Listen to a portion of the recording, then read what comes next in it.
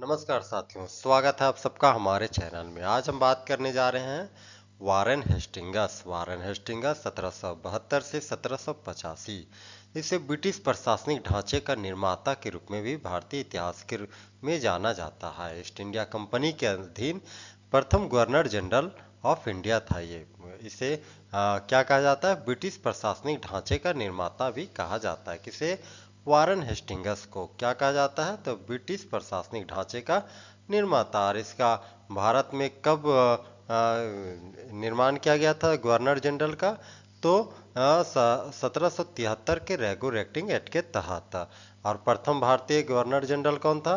प्रथम भारतीय नहीं, प्रथम ब्रिटिश गवर्नर जनरल कौन था? तो प्रथम ब्रिटिश गवर्नर जनरल कौन था? तो वारन हेस्टिंगस। कौन था? वारन हेस्टिंगस। 1772 से 1785 के दौरान ये भारत में क्या था? गवर्नर जनरल था। किसका? तो ब्रिटिश ईस्ट इंडिया कंपनी का गवर्नर जनरल कौन था प्रथम? तो वारन हेस्टिंगस जी थे। ठीक है ना। इसने इसका काम क्या था? तो इसने कंपनी को व्यापारिक संस्थाओं से संगठित करके एक संयुक्त शक्ति के रूप में बदलने का काम इसने किया था। क्या किया था इसने? कंपनी को व्यापारिक संस्था के साथ मिलाकर के संगठित शक्ति के रूप में बदलने का काम किया था। किसने क्या काम किया था? तो वारन हेस्टिंगस ने क्या काम किया था? इसके द्वारा प्रमुख कह सकते हैं कि प्रमुख नीतियां जो है निम्नलिखित रूप से हम देखने का आज काम करने वाले हैं। तो इसी के तहत हम देखते हैं कि प्रशासनिक नीति क्या था? Administrative policy. पहला क्या काम क्या था इसका? प्रशासनिक नीति किस प्रकार के था? तो द्वैत शासन का अंत। द्वैत शासन इसके पहले के वीडियो में आपने पढ़ा होगा। द्वैत शासन का शुरुआत किसने किया था? तो रॉबर्ट क्लाइव ने किया था। रॉबर्ट क्लाइव ने द्वैत शासन की शुरुआत किया था। और जब गवर्नर जनरल बनकर के आता है वारन हेस्टिंगस, तो द्वैत शासन का अंत कर देता है। कब? 1772 को। 1772 को किसका अंत होता है? तो द्वैत शासन पद्धति का, मतलब कि ड्यूल गवर्नमेंट पॉलिसी जो था उसका क्या करता है इसने?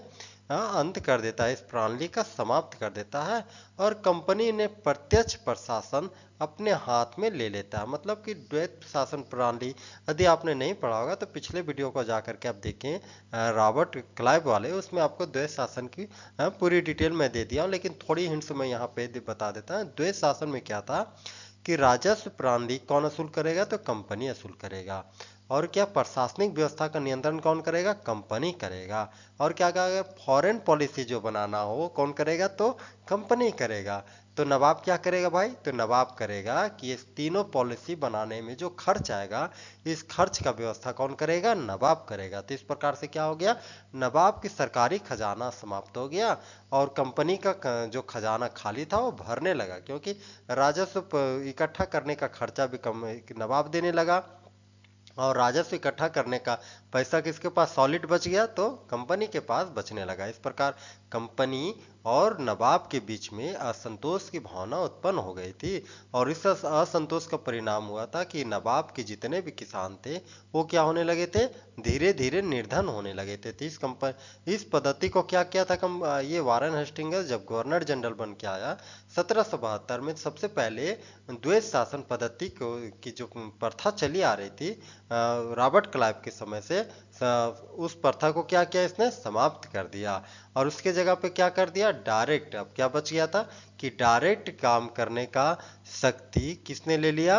डायरेक्ट काम करने का दायित्व किसने ले लिया? तो कंपनी अपने हाथों में ले लिया। नवाब को सीधे क्या कर दिया? दरकनियार कर दिया। मतलब अब नवाब किसी काम का नहीं रह गया। इस प्रकार राजस्व वसूली और प्रशासन दोनों की जिम्मेवारी किसके हाथ में आ गई थी? तो कंपनी के हाथों में आ गया था प्रशासनिक व्यवस्था में। और इस प्रकार इसने राजधानी का भी केंद्रीकरण किया था। राजधानी का केंद्रीकरण कैसा किया था कि राजधानी जो तो मुर्शिदाबाद में पहले थी उसे हटा करके कलकत्ता ले गया था। प्रशासनिक राजधानी कहाँ ले गया था? तो कलकत्ता प्रशासनिक केंद्र बनाया। और प्रखंड जिला स्तर पर इसने जिला कलेक्ट्रेट की स्थापना किया था। ये क्वेश्चन भी आता है कि ब्रिटिश ईस्ट इंडिया कंपनी के दौरान जिला कलेक्ट्रेट, आज भी जिसे कहते हैं ना डीसी ऑफिस, तो जिला कलेक्ट्रेट की स्थापना सबसे पहले किसने किया था? वारन हेस्टिंगस की ये परिकल्पना था। इसीलिए तो कहा जाता है कि भारत में जो प्रशासनिक व्यवस्था का जनक किसे माना जाता है? वारन हेस्टिंगस को। प्रशासनिक व्यवस्था ही तो था जिला व्यवस्था बनाना। तो जिला व्यवस्था में कलेक्टर की नियुक्ति करने का काम किया किसने? तो वारन हेस्टिंग्स ने। इसके बाद क्या होता है? तो भारतीय अमलों की मदद से नियंत्रण, भारतीय अमला मतलब समझ रहे, भारतीय नवाबों के मदद से जिला कलेक्ट्रेट की नियुक्ति करना और उसके नियंत्रण में भारतीय नवाबों की क्या लेना? तो सहायता लेना। ये काम किसने किया था? वारन हेस्टिंग्स ने किया था। इसने अपने राजधानी को मुर्शिदाबाद से हटाकर कहाँ ले गया था? कलकत्ता ले गया था। किस रूप में? तो प्रशासनिक केंद्र के रूप में इसने अपनी राजधानी को कलकत्ता स्थानांतरित किया था। और जिला कलेक्टर की नियुक्ति क्वेश्चन आता है, बहुत ही छोटा क्वेश्चन है लेकिन इंपॉर्टेंस क्वेश्चन है। जिला कलेक्टर की नियुक्ति सबसे पहले किसने किया था? तो वारेन हेस्टिंग्स के परिकल्पना थी, वारेन हेस्टिंग्स के द्वारा किया गया था।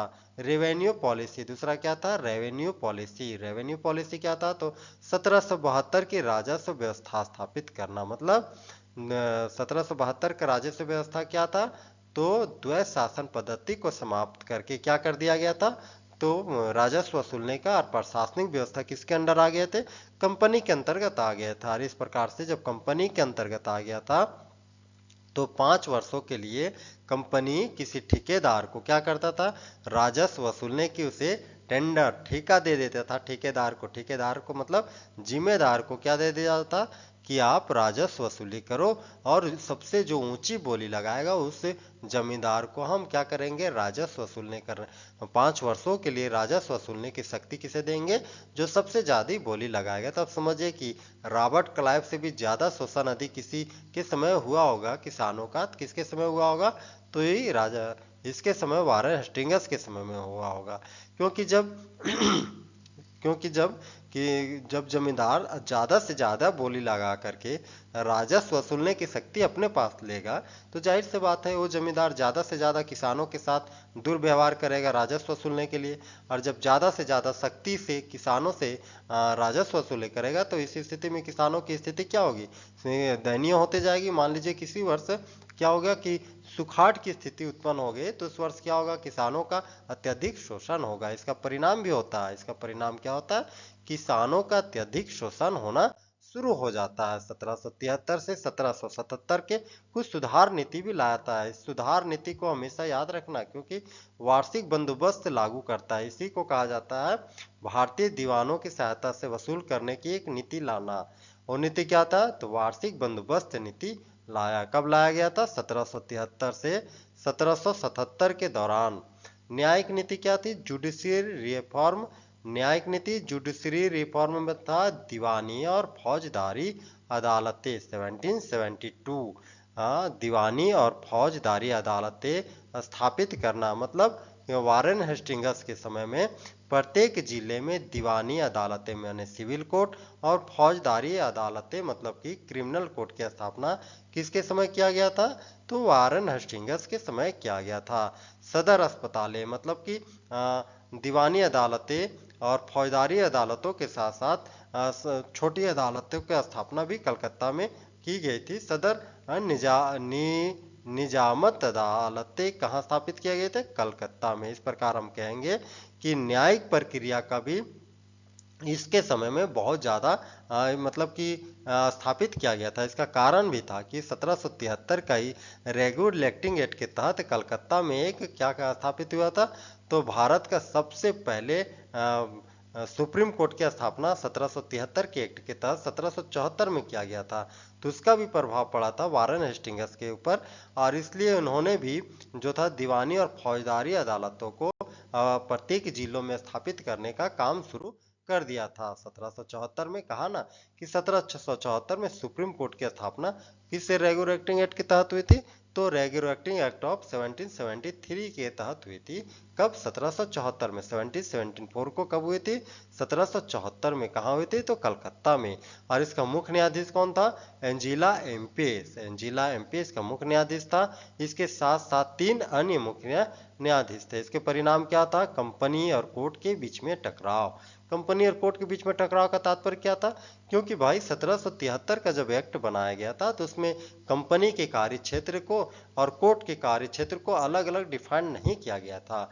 और जब जब जब अलग अलग डिफाइन नहीं किया गया था तो इसका परिणाम ये हुआ कि कंपनी के कार्य में कोर्ट दखल देने लगा और कोर्ट के कार्य में कंपनी दखल देने लगी। और इसका परिणाम ये हुआ कि जनता के हितों का काम टकराने लगा दोनों के बीच में। और जनता के जो हित का कार्य होना चाहिए, ये दोनों के टकराव के कारण नहीं हो पाते थे। इसीलिए 1784 का एक्ट जब लाया गया था तो इन्हीं कंपनी और कोर्ट के बीच के टकराव को अलग अलग सेपरेट करके 1784 के एक्ट को लाया गया था। तो मैं उसके बारे में भी मैं आपको बताऊंगा। वर्तमान में है कि कंपनी और कोर्ट के बीच में टकराव उत्पन्न होने लगा था। ठीक है, किस एक्ट के अंतर्गत? 1773 के रेगुलर एक्टिंग एक्ट के तहत जब सुप्रीम कोर्ट की स्थापना कलकत्ता में हो गई तो कलकत्ता के सुप्रीम कोर्ट का जो अपने कानून थे वो और कंपनी के जो कानून थे वो दोनों के हित आपस में टकराने लगे।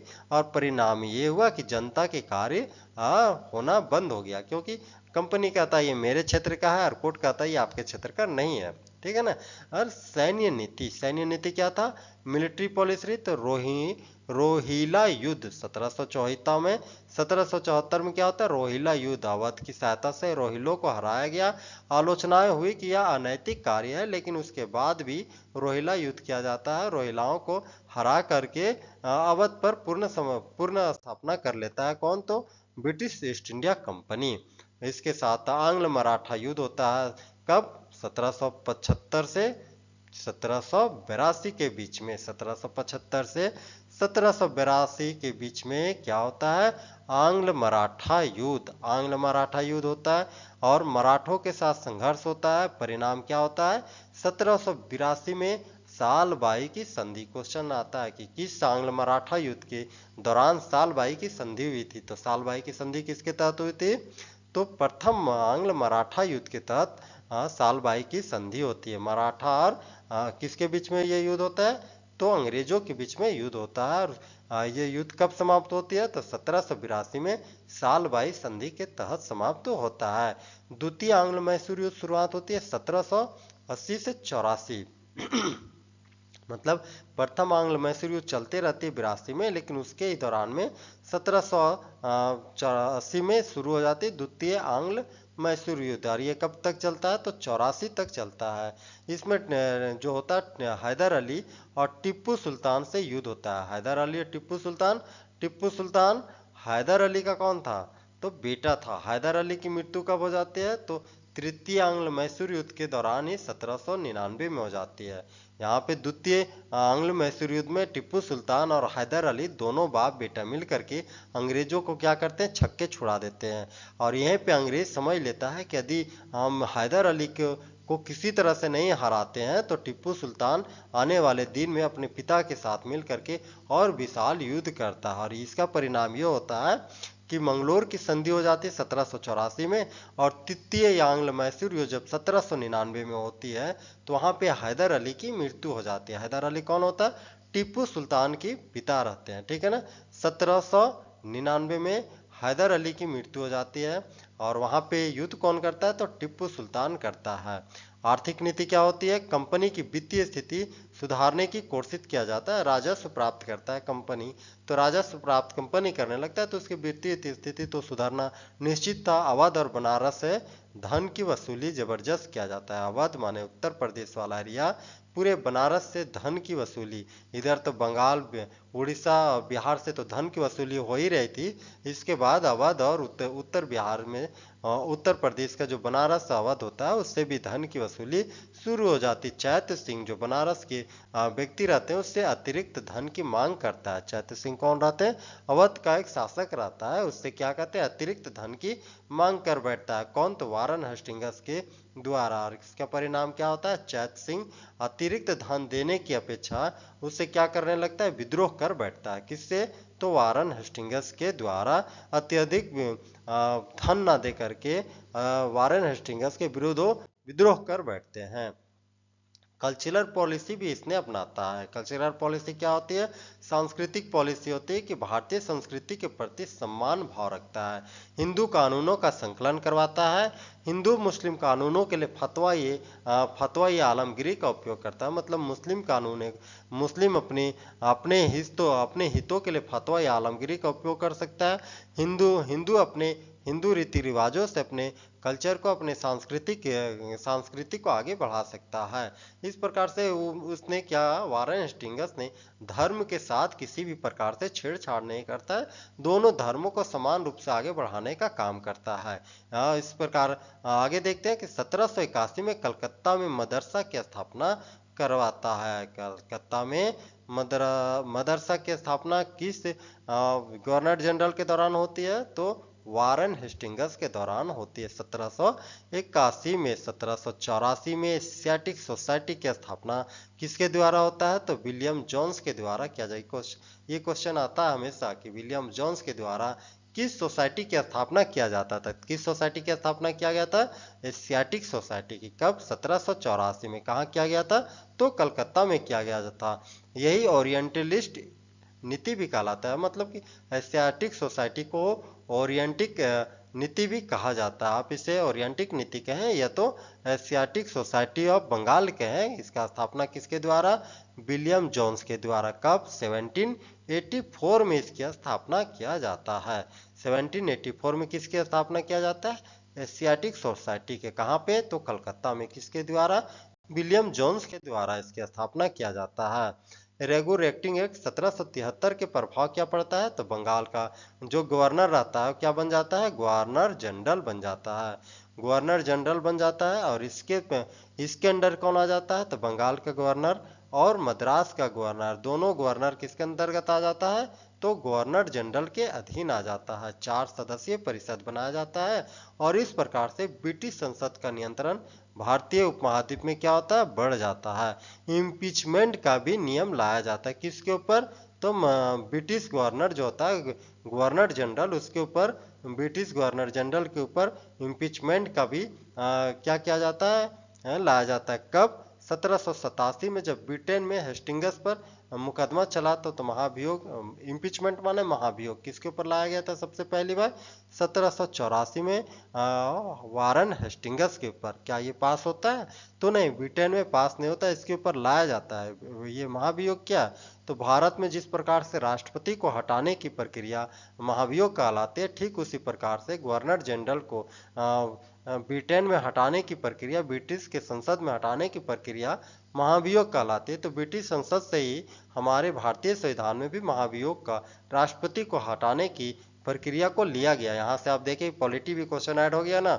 तो हेस्टिंग्स पर महाभियोग की प्रक्रिया कहाँ लाई जाती है? तो ब्रिटिश पार्लियामेंट में। कब लाई जाती है? 1787 को, 1787 को लाया जाता है। और आरोप क्या रहता है? तो भारत में ये भ्रष्टाचार करता है और शक्ति का मिसयूज करता है, इसके ऊपर ये आरोप करके लाया जाता है। लेकिन 1795 में इसे क्या कर दिया जाता है? बरी कर दिया जाता है। और बरी के उपरांत कहते हैं कि ये ज्यादा दिन तक जीवित नहीं रहता है। बरी के उपरांत ये फिर क्या होती है? इसकी मृत्यु हो जाता है। कहाँ पे? तो ब्रिटेन में हो जाता है। यदि हम इसकी समग्र मूल्यांकन करेंगे, यदि हम कहेंगे कि भारत में आने वाला प्रथम जो गवर्नर जनरल था वो किस प्रकार के था, तो हम कह सकते हैं कि प्रशासनिक ढांचे का नींव रखने वाला गवर्नर जनरल कौन था? तो वारेन हेस्टिंग्स था। न्यायिक व्यवस्था की शुरुआत करने वाला कौन था? तो वारेन हेस्टिंग्स था। जिसने जिले में कलेक्ट्रेट की स्थापना का सुझाव दिया था, कौन था? तो वारेन हेस्टिंग्स था। भारतीय संस्कृति के प्रति समान भाव रखने वाला, किसी भी प्रकार से भारतीय संस्कृति के साथ छेड़छाड़ नहीं करने वाला यदि कोई व्यक्ति था तो कौन था? प्रथम गवर्नर जनरल ऑफ इंडिया। कौन? Warren Hastings. अब हम इसके नकारात्मक पहलू को भी देख लेते हैं। नकारात्मक पहलू क्या था? तो कठोर राजस्व नीति अपनाया था इसने। राजस्व नीति के लिए क्या किया था? तो इसने राजस्व नीति को, राजस्व को प्राप्त करने के लिए अधिक से अधिक जो करता था उसी जमींदार को राजस्व वसूली करने की जिम्मा दे दिया करता था। और इस प्रकार से जो जिम्मेदार ज़्यादा से ज़्यादा बोली लगाकर राजस्व प्राप्त करने का अधिकार प्राप्त करता था, वो जिम्मेदार ज़्यादा से ज़्यादा किसानों से राजस्व वसूलने के लिए कड़ाई से पालन करता था। और इस स्थिति में क्या होता था, तो किसानों के साथ अत्यधिक शोषण होता था। युद्धों से वित्तीय बोझ बढ़ने के कारण, इसका कारण क्या हुआ था, युद्धों से वित्तीय बोझ बढ़ने के कारण इसके राजस्व का भी नुकसान होता है। कई विवाद जैसे रोहिला विवाद, चैता सिंह जो कि बनारस वाले जिसके साथ ज्यादा से ज्यादा कर लेने के कारण उन्होंने भी विद्रोह कर दिया था। तो इस प्रकार से कह सकते हैं कि इनके जीवन काल में कुछ विद्रोह भी हुए थे, कुछ नकारात्मक कार्य भी हुए थे। तो इस प्रकार आज हमने वारेन हेस्टिंग्स जो कि भारत के प्रथम गवर्नर जनरल था, इसके द्वारा किए गए कार्यों को देखें। अब मिलते हैं अगले किसी इसी प्रकार से नए गवर्नर जनरल जो भारतीय कानूनों के लिए भारतीय परिप्रेक्ष्य में उनके कार्यों को लेकर के मिलते हैं। तब तक बने रहे हमारे वीडियो में। जय हिंद, जय भारत।